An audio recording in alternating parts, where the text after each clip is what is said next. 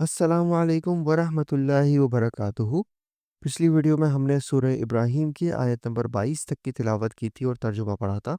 آئیے اس سے آگے تلاوت کا آغاز کرتے ہیں۔ اعوذ باللہ من الشیطان الرجیم، بسم اللہ الرحمن الرحیم۔ وَأُدْخِلَ الَّذِينَ آمَنُوا وَعَمِلُوا الصَّالِحَاتِ جَنَّاتٍ تَجْرِي مِن تَحْتِهَا الْأَنْهَارُ خَالِدِينَ فِيهَا بِإِذْنِ رَبِّهِمْ تَحِيَّتُهُمْ فِيهَا سَلَامٌ۔ اور جو لوگ ایمان لائے اور نیک عمل کیے وہ ان جنتوں میں داخل کیے جائیں گے جن کے نیچے چشمے جاری ہیں، جہاں انہیں ہمیشگی ہوگی اپنے رب کے حکم سے، جہاں ان کا خیر مقدم سلام سے ہوگا۔ أَلَمْ تَرَ كَيْفَ ضَرَبَ اللَّهُ مَثَلًا كَلِمَةً طَيِّبَةً كَشَجَرَةٍ طَيِّبَةٍ أَصْلُهَا ثَابِتٌ وَفَرْعُهَا فِي السَّمَاءِ۔ کیا آپ نے نہیں دیکھا کہ اللہ تعالیٰ نے پاکیزہ بات مثال کس طرح بیان فرمائی، مثل ایک پاکیزہ درخت کے جس کی جڑ مضبوط ہے اور جس کی ٹہنیاں آسمان میں ہیں۔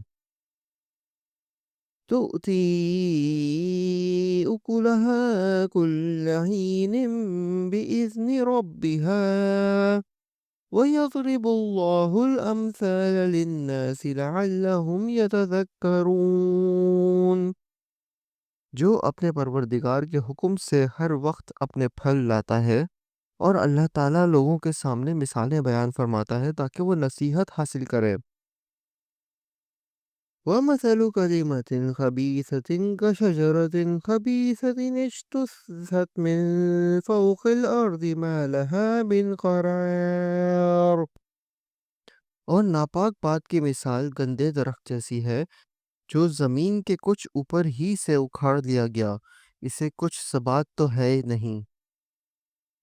يثبت الله الذين آمنوا بالقول الثابت في الحياة الدنيا وفي الآخرة ويضل الله الظالمين ويفعل الله ما يشاء۔ ایمان والوں کو اللہ تعالیٰ پکی بات کے ساتھ مضبوط رکھتا ہے، دنیا کی زندگی میں بھی اور آخرت میں بھی۔ ہاں، نا انصاف لوگوں کو اللہ بہکا دیتا ہے اور اللہ جو چاہے کر گزرے۔ أَلَمْ تَرَ إِلَى الَّذِينَ بَدَّلُوا نِعْمَةَ اللَّهِ كُفْرًا وَأَحَلُّوا قَوْمَهُمْ دَارَ الْبَوَارِ۔ کیا آپ نے ان کی طرف نظر نہیں ڈالی جنہوں نے اللہ کی نعمت کے بدلے ناشکری کی اور اپنی قوم کو ہلاکت کے گھر میں لا اتارا؟ جہنم یصلونها وبئس القرار، یعنی دوزخ میں جس میں یہ سب جائیں گے اور وہ بدترین ٹھکانہ ہے۔ وَجَعَلُوا لِلَّهِ أَنْدَادًا لِيُضِلُّوا عَنْ سَبِيلِهِ قُلْ تَمَتَّعُوا فَإِنَّ مَصِيرَكُمْ إِلَى النَّارِ۔ اور انہوں نے اللہ کے ہمسر بنا لیے کہ لوگوں کو اللہ کی راہ سے بہکائیں۔ آپ کہہ دیجئے کہ خیر مزے کر لو، تمہاری بازگشت تو آخر جہنم ہی ہے۔ قُلْ لِعِبَادِيَ الَّذِينَ آمَنُوا يُقِيمُوا الصَّلَاةَ وَيُنْفِقُوا مِمَّا رَزَقْنَاهُمْ سِرًّا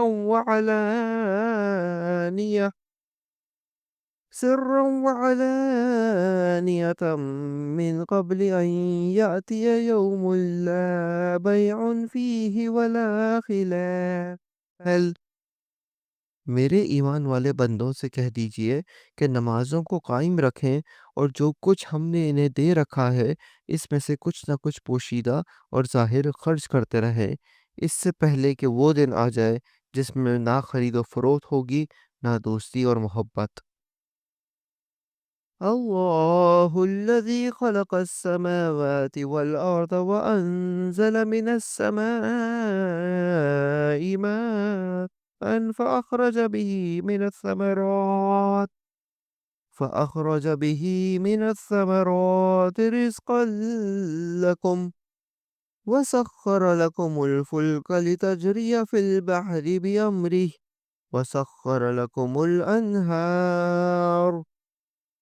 اللہ وہ ہے جس نے آسمانوں اور زمینوں کو پیدا کیا ہے اور آسمانوں سے بارش برسا کر اس کے ذریعے سے تمہاری روزی کے لیے پھل نکالے ہیں، اور کشتیوں کو تمہارے بس میں کر دیا ہے کہ دریاؤں میں اس کے حکم سے چلے پھریں۔ اسی نے ندیاں اور نہریں تمہارے اختیار میں کر دی ہیں۔ وَسَخَّرَ لَكُمُ الشَّمْسَ وَالْقَمَرَ دَائِبَيْنِ وَسَخَّرَ لَكُمُ اللَّيْلَ وَالنَّهَارَ، اور اسی نے تمہارے لیے سورج اور چاند کو مسخر کر دیا ہے کہ برابر ہی چل رہے ہیں، اور رات دن کو بھی تمہارے کام میں لگا رکھا ہے۔ وَآتَاكُم مِّن كُلِّ مَا سَأَلْتُمُوهُ وَإِن تَعُدُّوا نِعْمَتَ اللَّهِ لَا تُحْصُوهَا إِنَّ الْإِنسَانَ لَظَلُومٌ كَفَّارٌ۔ اور اسی نے تمہیں تمہاری منہ مانگی کل چیزوں میں سے دے رکھا ہے، اگر تم اللہ کے احسان گننا چاہو تو انہیں پورے گن بھی نہیں سکتے، یقیناً انسان بڑا ہی بے انصاف اور ناشکرا ہے۔ وَإِذْ قَالَ إِبْرَاهِيمُ رَبِّ اجْعَلْ هَٰذَا الْبَلَدَ آمِنًا وَاجْنُبْنِي وَبَنِيَّ أَن نَّعْبُدَ الْأَصْنَامَ۔ اور ابراہیم علیہ السلام کی یہ دعا بھی یاد کرو جب انہوں نے کہا کہ اے میرے پروردگار، اس شہر کو امن والا بنا دے اور مجھے اور میری اولاد کو بت پرستی سے پناہ دے۔ رب انہن اضللن کثیرا من الناس فمن تبعنی فإنہ منی وَمَنْ عَصَانِي فَإِنَّكَ غَفُورٌ رَحِيمٌ۔ اے میرے پالنے والے معبود، انہوں نے بہت سے لوگوں کو راہ سے بھٹکا دیا ہے، بس میری تابعداری کرنے والا میرا ہے، اور جو میری نافرمانی کرے تو بہت ہی معاف کرنے والا اور بہت زیادہ کرم کرنے والا ہے۔ ربنا إني أسكنت من ذريتي بواد غير ذي زرع عند بيتك المحرم